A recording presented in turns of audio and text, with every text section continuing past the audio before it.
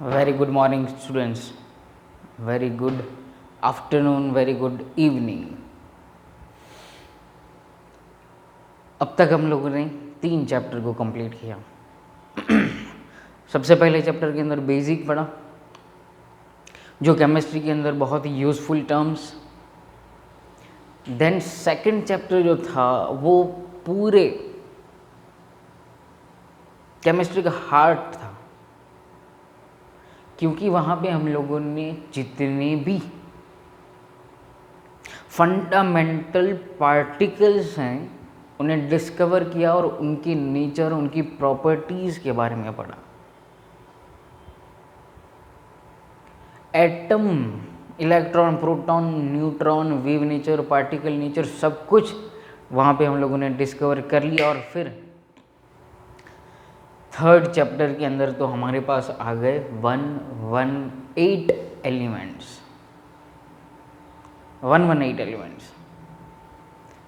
और आज हम लोग स्टार्ट करने जा रहे हैं हमारा chapter number 4, chemical bonding.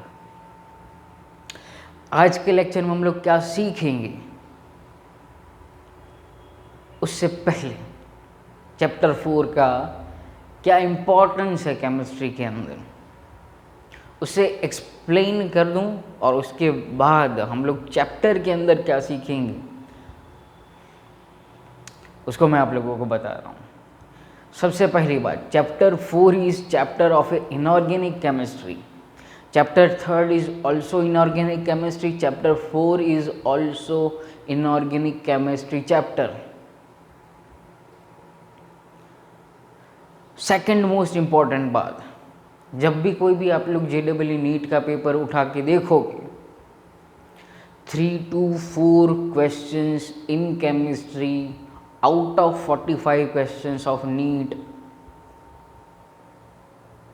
3 to 4 questions are from this chapter. इस चैप्टर को हम इसलिए पढ़ते हैं क्योंकि सबसे बड़ा बेसिक चैप्टर होगा यहाँ पे, और वो बेसिक चैप्टर होगा ऑर्गेनिक केमिस्ट्री के लिए। ब्रांच दोनों डिफरेंट है, लेकिन बेसिक जो है वो यहाँ से पढ़ना है। बेसिक का मतलब क्या होगा कि why atoms combines with each other. सबसे पहली बात, एटम क्यों कंबाइन करते हैं, टाइप्स ऑफ ए बॉन्ड, वहाँ से आज के लेक्चर की स्टार्टिंग होगी। इस चैप्टर के अंदर कितने सारे ऐसे इम्पोर्टेंट, वैसे सिंपल लैंग्वेज में अगर कहूँ, पूरा चैप्टर बहुत बहुत बहुत इम्पोर्टेंट है। पूरे चैप्टर के अंदर थियरीज हैं, पूरे चैप्टर के अंदर कॉन्सेप्ट भर भर के दिए हुए हैं, बहुत कॉन्सेप्ट इसके अंदर हमें सीखने हैं। लेंदी थोड़ा बहुत चैप्टर है, लेकिन कंसेप्ट इतने क्लासिक इस चैप्टर के अंदर रखे गए हैं जो पूरे बॉन्डिंग को रिप्रेजेंट करते हैं। बॉन्डिंग के ऊपर पूरा चैप्टर चलेगा। Bonding, how two atoms combines with each other and they form a different type of bonds। तो ये बॉन्ड क्यों बनते हैं और कैसे बनते हैं, यही पूरे चैप्टर का समरी होगा। क्यों बनते हैं, कैसे बनते हैं, और उनकी लास्ट में मैग्नेटिक प्रॉपर्टी हम लोग डिस्कशन करेंगे एट द लास्ट। सबसे लास्ट जो पॉइंट होगा वो हमारा ये होगा, magnetic properties of the atom. बीच में जैसे ही सबसे पहले तो हम लोग पढ़ते हैं कि बॉन्डिंग तो मेनली 10th तक 3 या 4 टाइप के बॉन्ड आप लोग पढ़ चुके हो। उसमें ionic bond, second covalent bond, third coordinate covalent bond, fourth metallic bond. Fourth is a metallic bond. इन चारों बॉन्ड्स को कहा जाता है इंटर एटॉमिक बॉन्ड्स। चलिए लिखते हैं, तो स्टार्ट करते हैं हम लोग chapter number 4 chemical bonding. Chapter का नाम ही है बॉन्डिंग, जेम्स बॉन्ड की तरह गोलियां ही चलेंगी यहाँ पे। सबसे पहला inter atomic bonds. Second type होता है inter molecular bonds.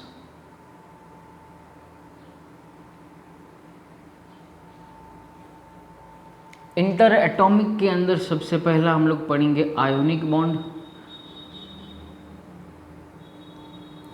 Second covalent bond. Third is coordinate.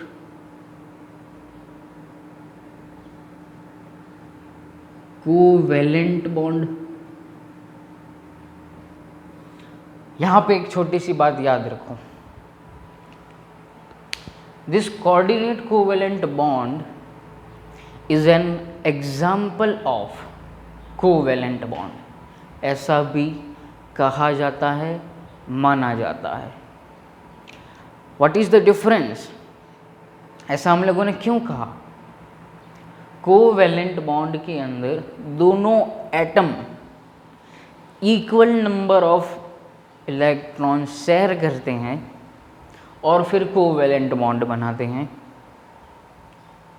Coordinate covalent bond के अंदर एक ही एटम इलेक्ट्रॉन पेयर शेयर करता है दूसरे एटम को, तो इसीलिए इसको नाम दिया गया है कि एग्जाम्पल ऑफ कोवेलेंट बॉन्ड। ये बात आप लोगों को याद रखनी है। Number 4 is metallic bond. ये 4 टाइप्स ऑफ बॉन्ड्स होंगे वो इंटर एटॉमिक के अंदर आएंगे। इंटर मॉलिक्यूल के अंदर सबसे बड़ा जो है वो आएगा वांडर वाल्स फोर्सेस। मैं यहाँ पे 4C ही लिख रहा हूँ, बॉन्ड नहीं लिख रहा हूँ। बॉन्ड एक्चुअली फॉर्म नहीं होता है।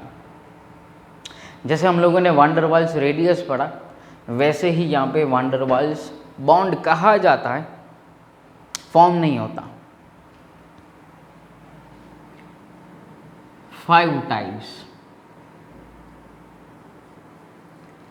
5 टाइप्स होते हैं इसके। चैप्टर नंबर 5 में पढ़ेंगे। सबसे पहला topic van der Waals forces, chapter number 5 का। इस चैप्टर के अंदर तो यही पढ़ने हैं। इंटर एटॉमिक इस चैप्टर में। सेकंड यहाँ पे आएगा हाइड्रोजन बॉन्ड, और इसके आप लोगों को पता है 2 टाइप होते हैं, inter and intra molecular hydrogen bond. इतना हम लोग जब कंप्लीट कर लेंगे तब हमें मिलता है नेक्स्ट कंसेप्ट। नेक्स्ट कंसेप्ट वहाँ पे जाते हैं हम लोग लेविस डॉट स्ट्रक्चर के ऊपर। ये भी बात आप लोग 10th में सीख के आए हो, लेकिन वहाँ पे मेथोडोलॉजी यूज़ थी, that is the basic methodology.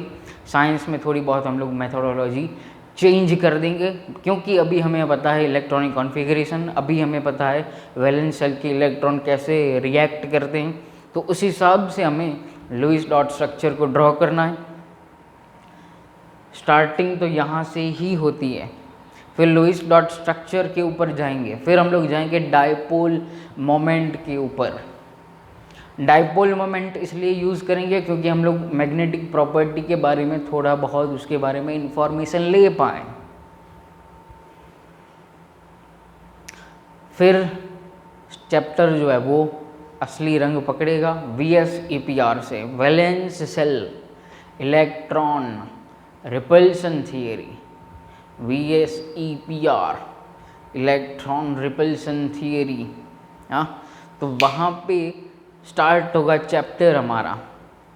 फिर पढ़ेंगे हम लोग हाइब्रिडाइजेशन। हाइब्रिडाइजेशन आप लोगों के लिए टोटली न्यू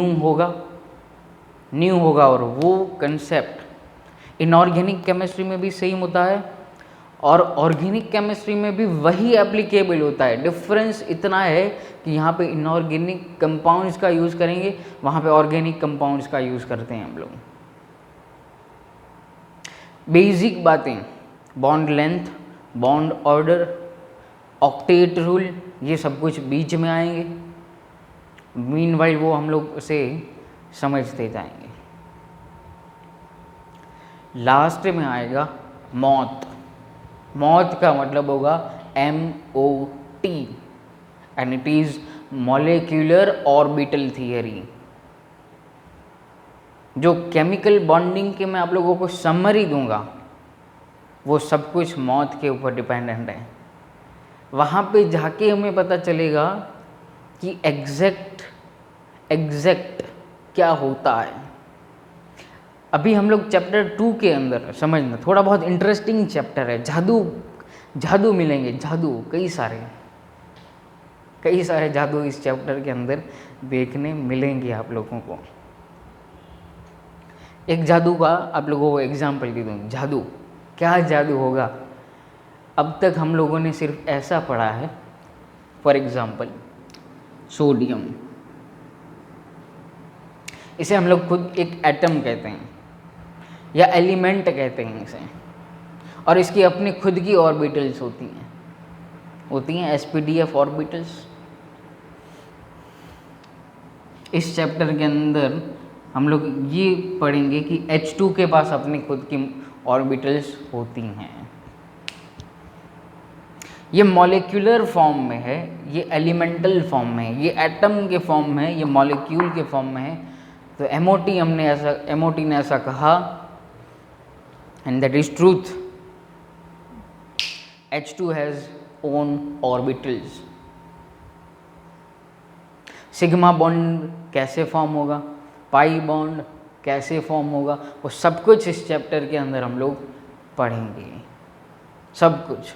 और ये इन्फॉर्मेशन आप लोगों के लिए बहुत इम्पॉर्टेंट है क्योंकि थोड़ा बहुत इंट्रोडक्शन है, तो आप लोगों को पता चलना चाहिए कि इस चैप्टर के अंदर हम लोग कैसे कंसेप्ट्स पढ़ने वाले हैं। वैलेंस बॉन्ड थियरी, वैलेंस मतलब लास्ट वाले इलेक्ट्रॉन कैसे बॉन्ड बनाते हैं, कैसे उनकी ऑर्बिटल्स जो हैं वो ओवरलैपिंग होती है। यहाँ पे हम लोग ये सीखेंगे इलेक्ट्रॉन शेयरिंग से बना बॉन्ड। VBT उसे रॉन्ग कर देगी। वैलेंस बॉन्ड थियरी ने ऐसा बोला इलेक्ट्रॉन बॉन्ड नहीं बनाते हैं, एक्चुअल में ऑर्बिटल्स की ओवरलैपिंग की वजह से बॉन्ड बनता है। तो मतलब exceptions lot of are there, बहुत सारे एक्सेप्शन। एक थियरी पढ़ेंगे, नेक्स्ट कंसेप्ट के अंदर वो फेल कर जाएगी। ऐसा ये चैप्टर है, बहुत ही इंटरेस्टिंग चैप्टर है, मेरा फेवरेट चैप्टर है केमिकल बॉन्डिंग। अगर 11th के इस पार्ट 1 की बात करें तो मेरा सबसे फेवरेट चैप्टर ये है केमिकल बॉन्डिंग। बहुत ही पढ़ने में मज़ा आएगा, बहुत पढ़ने में मज़ा आएगा। तो चलिए अब स्टार्ट करते हैं। आज हम लोग स्टार्ट करेंगे आयोनिक बॉन्ड। लेकिन आयोनिक बॉन्ड से पहले कुछ हिस्ट्री है इसके पीछे। अब हिस्ट्री क्या है?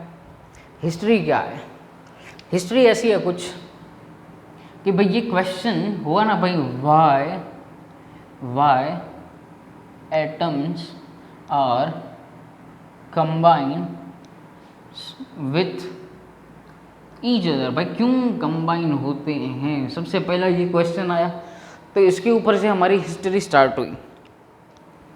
1916 के अंदर कॉसेल लिविस, ये दो साइंटिस्टों ने ये सब कुछ जो था आपकी टेक्स्ट बुक के अंदर दिया गया है, कॉसेल लुइस अप्रोच। और ये क्वेश्चन जो है वो 2 मार्क्स में पूछा भी जाता है। Explain Kossel Lewis approach for bonding, for bonding, not ionic bond, for bonding.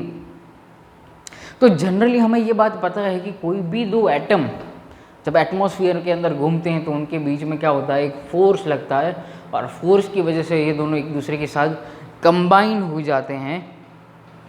Chapter 2 में हम लोगों ने इलेक्ट्रोस्टैटिक फोर्स पढ़ा।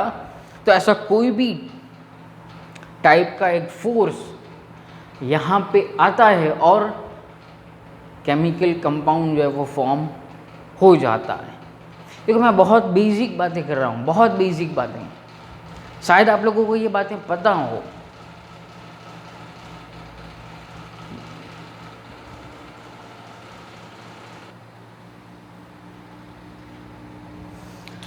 तो बात कर रहे थे कि शायद आप लोगों को ये बातें सब कुछ पता है, लेकिन मैं बेसिक से स्टार्ट इसलिए कर रहा हूँ कि पूरा फंडा जो है आप लोगों को क्लियर हो जाए, पूरा फंडा आप लोगों को क्लियर हो जाए। डन। तो मैं अब थोड़ा बहुत स्पीड में जाऊँगा। जब कॉसेल लुईस अप्रोच यहाँ पे जब एस्टेब्लिश हुआ तब इन्होंने सिर्फ और सिर्फ थिंकिंग रखी थी इन लोगों की, वो मैं बहुत ही शॉर्ट के अंदर आप लोगों को बताऊँगा। बाकी आप लोगों को टेक्स्ट बुक में से एज अ स्टोरी पढ़ जाओगे तो भी पता चल जाएगा, लेकिन हमारी टेक्स्ट बुक में है इसलिए मैं आप लोगों को थोड़ा बहुत उसको इंट्रोड्यूस कर देता हूँ कि कॉसेल लुईस अप्रोच किस लिए था। तो स्पेशली बॉन्डिंग के लिए था। क्यों? ये जो एटम है वो बॉन्ड फॉर्म करते हैं, वो आयोनिक बॉन्ड हो या फिर कोवैलेंट बॉन्ड हो। तो सबसे पहली बात हमें ये लिखनी चाहिए कि भाई because of the force between the atoms a bond is formed, a bond is formed and उसको हम लोग क्या बोलते हैं, केमिकल बॉन्ड। एक केमिकल बॉन्ड सिर्फ यहाँ पे फॉर्म होता है किसकी वजह से, तो फोर्स की वजह से, वो फिर किस भी टाइप का फोर्स हो। ओके।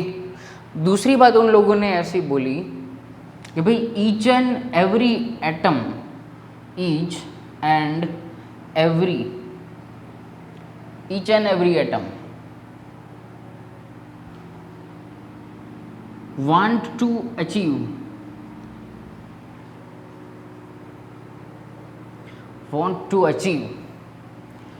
noble gas configuration. अब मैंने ये बात आप लोगों को पहले भी चैप्टर 3 के अंदर बता दी है, और वही कॉसेल लुईस ने भी बताया कि each and every atom of the whole periodic table क्या करेगा, helium neon krypton, helium neon krypton, अरे आर्गॉन कहाँ गया, argon, krypton, xenon and radon, इनकी तरह बनने की ट्राई करता है, इनकी तरह बनने की क्या करता है, ट्राई करता है। और इसके ऊपर से कॉसेल लुईस अप्रोच ऐसा कहता है कि एटम को इन्होंने क्या किया, एटम को समझना, एटम को इन लोगों ने दो पार्ट के अंदर डिवाइड कर दिया। फर्स्ट उन्हें बोला कि भाई एक तो एटम के अंदर होता है कर्नल, जैसे आर्मी में होता है कर्नल, वैसे वहाँ पे सी से स्टार्ट होता है स्पेल, यहाँ पे KERNAL कर्नल। एंड दूसरा बोला कि आउटर मोस्ट सेल, दो पार्ट के अंदर डिवाइड इन लोगों ने कर दिया।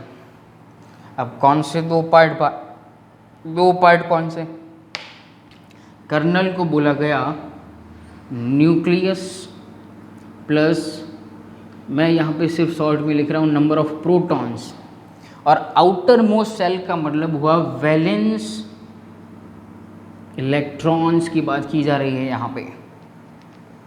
मैं अप्रोच आप लोगों को बता रहा हूँ, उनकी जो मेन बातें जी थी वो बता रहा हूँ, और फिर उन्होंने क्या पॉस्टुलेट्स दिए वो मैं आप लोगों को बता रहा हूँ। पूरा डिटेल में नहीं लेके जा रहा हूँ मैं आपको, उनकी जो मेन फीचर्स थे, पॉइंट्स थे, उसको ही मैं आप लोगों को यहाँ पे बताऊँगा। ईच एंड एवरी एटम, दो बहुत सबसे बड़ी बातें की, each and every atom want to achieve, atom नहीं लिखते हम लोग यहाँ पे, एलिमेंट लिखो, want to achieve noble gas configuration, helium, neon, argon, krypton, xenon और रेडॉन। लेकिन यहाँ पे एक एक्सेप्शन था, हीलियम में 1s2 कॉन्फ़िगरेशन है, और इन सभी बाकी की देखोगे तो NH2 NP6 कॉन्फ़िगरेशन है। और इसके ऊपर से क्या इंट्रोड्यूस हुआ, जो आप लोग 10th में सीख के आए हो, ऑक्टेट रूल। मैं यहाँ पे लिखूँ, बहुत मोस्ट इम्पॉर्टेंट लिख दो यहाँ पे, ऑक्टेट रूल जो है वो यहाँ पे इंट्रोड्यूस हुआ ऑक्टेट रूल। ऑक्टेट रूल का मतलब क्या है कि वैलेंस शेल के अंदर कितने इलेक्ट्रॉन होने चाहिए, 8 इलेक्ट्रॉन्स होने चाहिए। लेकिन हीलियम नोबेल गैस है, लेकिन कॉन्फ़िगरेशन क्या थी उनकी, 1s2 थी, तो भी उसको नोबेल गैस के अंदर कंसीडर किया जाता है। तो मतलब आप लोगों को इतना ही याद रखना है कि आउटर मोस्ट के अंदर 8 इलेक्ट्रॉन होने चाहिए। ऐसा हर कोई एलिमेंट जो है वो ट्राई करता है। बहुत ही सिंपल बातें थी, बहुत सिंपल बातें। तो कॉसेल लुईस ने क्या बताया कि भाई atom is divided into kernel and the outermost shell, और उसे बोला गया वैलेंस इलेक्ट्रॉन। और यहाँ से आप लोगों को एक और बात बता रहा हूँ, टेक्स्ट बुक में से ऑक्टेट रूल 2 मार्क्स क्वेश्चन। अब मैं आप लोगों को थियोरेटिकल क्वेश्चंस हैं, तो कौन सा क्वेश्चन कितने मार्क्स में पूछा जाता है तो वो भी आप लोगों को साथ में बताता रहूँगा, तो वो भी आप लोग नोट डाउन करते आइए। एक ये हुआ हमारा कॉसेल लुईस अप्रोच, एक ये हुआ हमारा ऑक्टेट रूल का। ओके, ऑक्टेट रूल आप लोग टेक्स्ट बुक में से देखोगे तो एज इट इज, सिर्फ और सिर्फ हमें रूल याद रखना है और कुछ भी याद नहीं रखना है। ऑक्टेट रूल के अंदर वैलेंस शेल कंटेन्स 8 इलेक्ट्रॉन, और हर कोई एलिमेंट जो है वो, हर कोई एलिमेंट वहाँ पे जाने की ट्राई करता है। सेकेंड थिंग, कॉसेल लुईस अप्रोच के अंदर, कॉसेल लुईस अप्रोच के अंदर बताई गई है Lewis dot structure. Lewis dot structure, अब लुईस डॉट स्ट्रक्चर का मीनिंग क्या है, आप लोगों ने 10th के अंदर ये सीखा हुआ है। बेसिक एक दो ही एग्जाम्पल दूंगा मैं यहाँ पे, बाकी पूरा लुईस डॉट स्ट्रक्चर का एक पूरा अलग हम लोग लेक्चर लेंगे लुईस डॉट स्ट्रक्चर के ऊपर। इतना इम्पोर्टेंट है, कहाँ पे पूछा जाएगा, 1 मार्क्स और 2 मार्क्स में। सोडियम क्या होता है, नियॉन कॉर 3s1, तो ये सोडियम हम लोगों ने लिखा और ये आउटर मोस्ट इलेक्ट्रॉन दिखा दिए, तो ये क्या हो गया Lewis dot structure of sodium. Chlorine का लिख लेते हैं यहाँ पे, क्लोरीन क्या होगा, neon core 3s2 3p5, outer most में कितने 7, तो Cl 1 2 3 4 5 6 एंड 7 डॉट दिखा दिए, हो गया लुईस डॉट स्ट्रक्चर। लेकिन मैं आप लोगों को डिटेल में बाद में मैं पूरा ये लेक्चर ले लूँगा। ये बात आप लोग मेंशन करो, 1 मार्क्स और 2 मार्क्स में ये पूछा जाता है। थर्ड मोस्ट इम्पॉर्टेंट जो बात थी कॉसेल लुईस अप्रोच की, वो थी उन्होंने ये जो लुईस डॉट स्ट्रक्चर जो था, या तो फिर ऐसा बोलो कि अरेंजमेंट ऑफ इलेक्ट्रॉन्स जो थे, electrons in outer most orbit के अंदर कैसे कर सकते हैं, या तो फिर एनी एटम जब बॉन्ड फॉर्म करने जाएगा, टू फॉर्म अ बॉन्ड, तो वहां पे दो पॉसिबिलिटीज होती हैं. First, it gains electron. Second क्या होगा, it loses electron.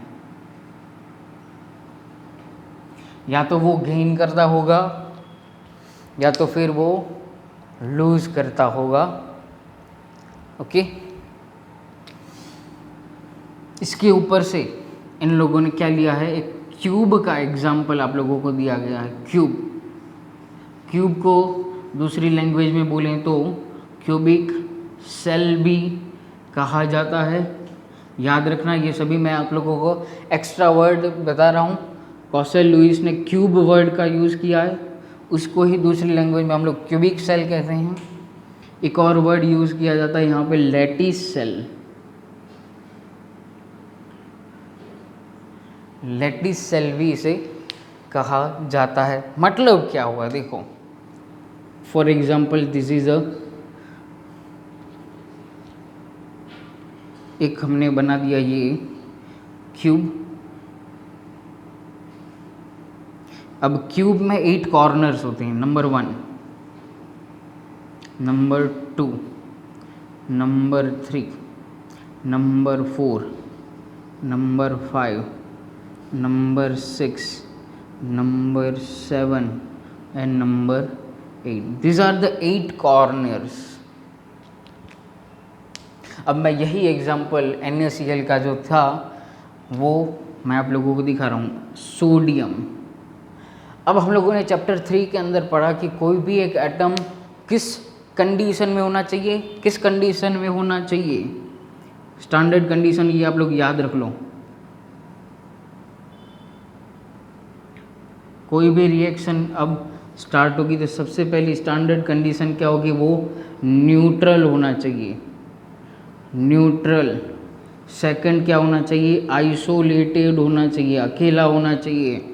And third is वो गैसियस फॉर्म में होना चाहिए. ये बात याद रखना, neutral, isolated and gaseous state में होना चाहिए.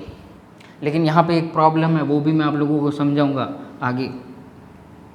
तो ये 3 जो है वो बातें आप लोगों को याद रखनी है. उसमें से अब सोडियम की बात करते हैं. तो सोडियम हमें ये चाहिए गैसीय स्टेट के अंदर. यहाँ पे सोडियम क्या करता है, इलेक्ट्रॉन को लूज करता है और Na+ के अंदर चला जाएगा इलेक्ट्रॉन माइनस. यहाँ पे इसकी कॉन्फ़िगरेशन 3s1 है और यहाँ पे 2s2 2p6 में चला जाएगा. चलो पूरी लिख देता हूँ, नियॉन कोर. और यहाँ पे अब हो जाएगा हीलियम कोर, क्योंकि क्या करना है उसे, नोबेल गैस में कन्वर्ट होना ना. ये क्या हो गया, नियॉन का कॉन्फ़िगरेशन हो गया. लेकिन ये कैसा है, गैसियस स्टेट में. और यहाँ पे Cl है तो वो क्या करता है, एक इलेक्ट्रॉन गेन करता है और Cl माइनस में चला जाएगा. तो यहाँ पे क्या होती है, नियॉन कोर 3s2 3p6 में चला जाता है. ये कहाँ पे चला जाएगा अब, 3p5. और ये नियॉन कोर 3s2 3p6 में, मतलब ये कहाँ पे चला जाता है, आर्गॉन में. लेकिन यहाँ पे कॉसेल लुइस का अप्रोच हम लोग समझ रहे हैं, कॉसेल लुइस अप्रोच, तो वो समझना है. तो भाई इन भाई साहब ने क्या कहा कि भाई इसके पास तो सिर्फ और सिर्फ एक ही, मान लो कि यही एक ही है, तो वो 7 इलेक्ट्रॉन तो कौन देगा 7 इलेक्ट्रॉन उसको. अगर नोबेल गैस में उसने सोचा कि भाई चलो ये 1 इलेक्ट्रॉन लूज़ कर देगा तो अच्छी तरह से ये बॉन्ड जो है वो फॉर्म कर लेता है, बॉन्ड फॉर्म कर लेगा. आप Cl की बात करो, Cl के पास पहले से 7 है. चलो ये एक ही कॉर्नर नहीं है उसके पास, दिस वन, ये कॉर्नर एम्प्टी है. तो वो क्या करेगा, सोडियम के पास से ले लेगा. और फिर कॉसेल लुइस ने ऐसा बोला कि भाई अब ऐसे करके आयोनिक बॉन्ड जो है वो फॉर्म होगा, लेकिन यहाँ पे NaCl के बीच में जो बॉन्ड फॉर्म होगा वो होगा आयोनिक बॉन्ड। क्या होगा? Ionic bond. ये पूरी जो कॉसेल लुईस ने जो अप्रोच अपना जो रखा, अपने जो पॉस्टुलेट्स रखे, वो किसके लिए थे? इसके लिए आयोनिक बॉन्ड को बेस देने के लिए ये सभी क्या थे? एग्जाम्पल्स थे। आयोनिक बॉन्ड को बेस देने के लिए ये सभी एग्जाम्पल्स थे। कॉसेल लुईस ने ये पूरा अप्रोच जो है वो यहाँ से लिया। तो 2 marks question, Kossel Lewis approach, textbook में से देखो कॉसेल लुईस अप्रोच के इतने मेन पॉइंट्स मैंने आप लोगों को समझा दिए। मैंने आप लोगों को ये 2 बातें बोली, लैटिस सेल, क्यूबिक सेल, ये बात याद रखना क्योंकि मैं उसको आगे भी यूज़ करूँगा। नेक्स्ट हमारे पास जो कंसेप्ट है वो है cause of bonding. Cause of, चलो बॉन्डिंग ये लिख लेते, केमिकल बॉन्ड नहीं, कोज ऑफ बॉन्डिंग। अब कॉसेल लुईस ने तो भाई साहब बता दिया कि इलेक्ट्रॉन गेन करके जाएगा या तो फिर इलेक्ट्रॉन जो है वो एक्सेप्ट करके जाएगा। तो सबसे पहला जो यहाँ पे कोज ऑफ द बॉन्डिंग जो है, इसको भी रखो 2 मार्क्स के अंदर। तो ये जो बातें कॉसेल लुईस ने बताई उसमें ही सबसे पहला पॉइंट यहाँ पे भी रखेंगे हम लोग कि टू अचीव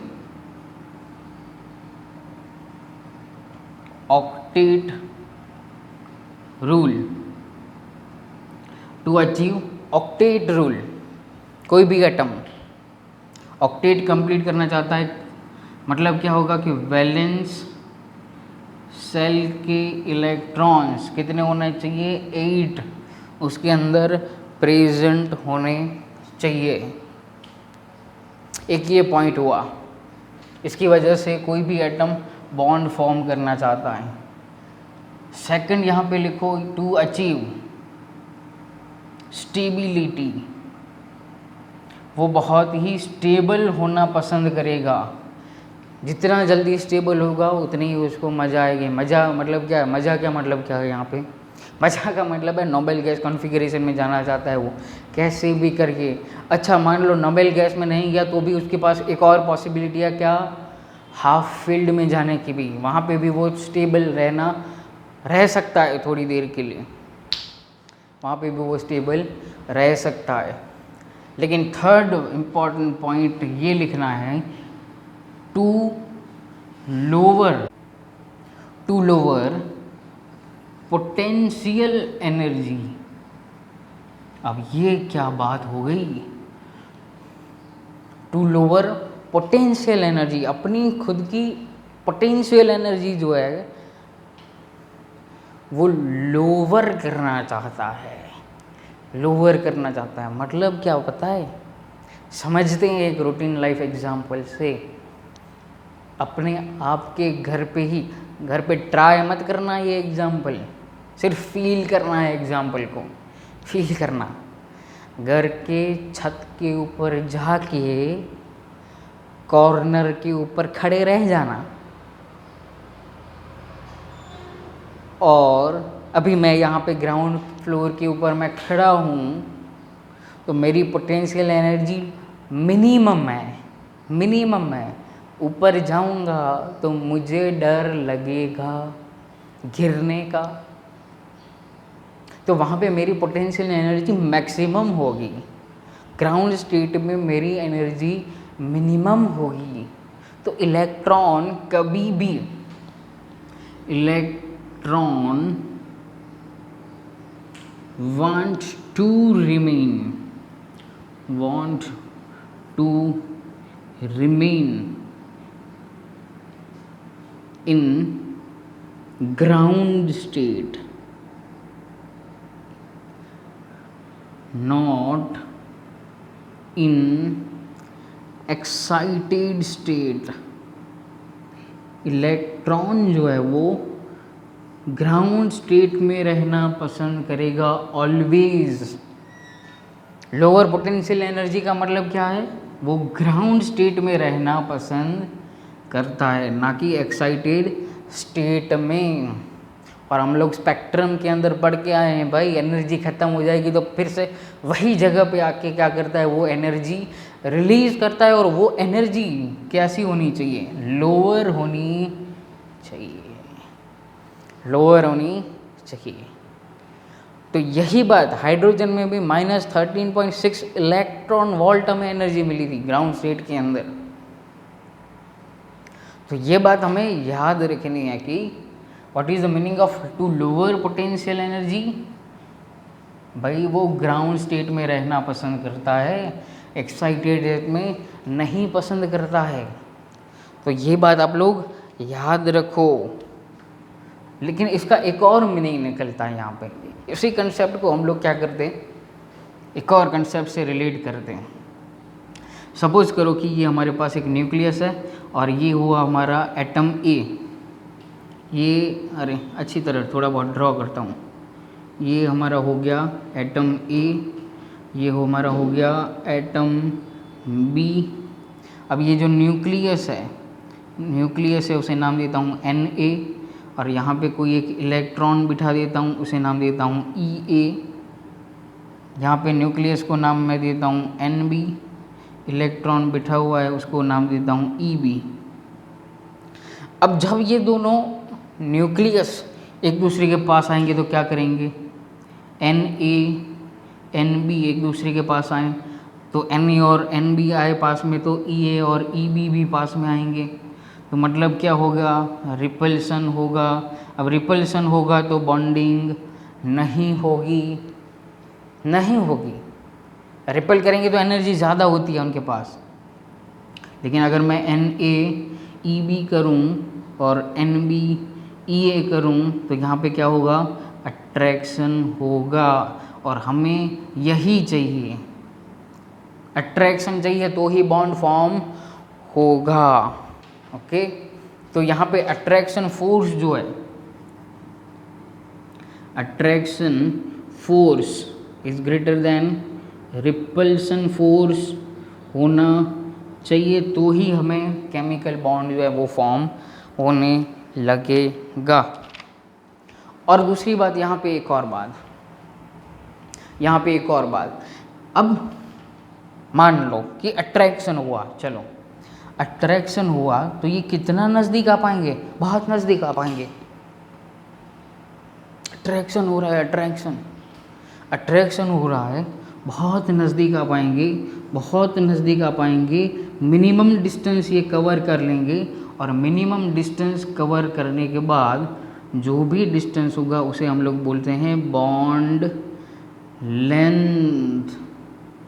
क्या बोलेंगे, बॉन्ड लेंथ। ये याद रखना है, मैं आप लोगों को इसको नेक्स्ट लेक्चर के अंदर डिटेल में लेके जाऊंगा, लेकिन अभी सिर्फ इंट्रोडक्शन है बॉन्ड लेंथ का।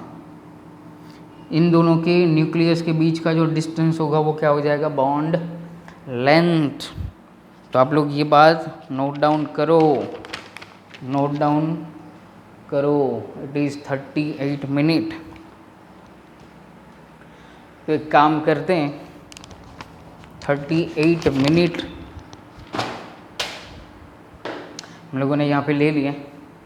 तो एक काम करते हैं, यहाँ पे रखते हैं और नेक्स्ट लेक्चर के अंदर हम लोग स्टार्ट करेंगे आयोनिक बॉन्ड। आज लेकिन स्टार्ट करना था आयोनिक बॉन्ड, लेकिन ये दो कंसेप्ट समझाने में ही आप लोगों को 40 मिनट्स हो गए। चलो नो प्रॉब्लम। तो टेक्स्ट बुक में से एक काम करो, 2 कंसेप्ट आज पढ़ लो, 2 concept, Kossel Lewis approach, octet rule. ये 2 आप लोगों को आज हो ही जाने चाहिए, बस थियरिटिकल है, कुछ भी हार्ड नहीं है। वहाँ पे कुछ एग्जाम्पल्स भी आप लोगों को दिए गए हैं लुईस डॉट स्ट्रक्चर के। तो आप लोग पीरियड 1 और पीरियड 2 के और पीरियड 3 तक, पीरियड नंबर 3 तक आप लोग लुईस डॉट स्ट्रक्चर ड्रॉ कर सकते हो, खुद से ट्राई करो, हो जाएगा। Lewis dot structure very most important है, पूछा भी जाता है, JEE नीट में भी पूछा जाता है, तो वो आप लोग प्रैक्टिस करो। डन। और ये दोनों कंसेप्ट जो हैं वो आप लोगों के आज होने ही चाहिए। इंट्रोडक्शन आज मैंने लिया, कल से हम लोग प्रॉपर वे में हम लोग स्टार्ट कर देंगे ionic bond. Done. So thank you and very much.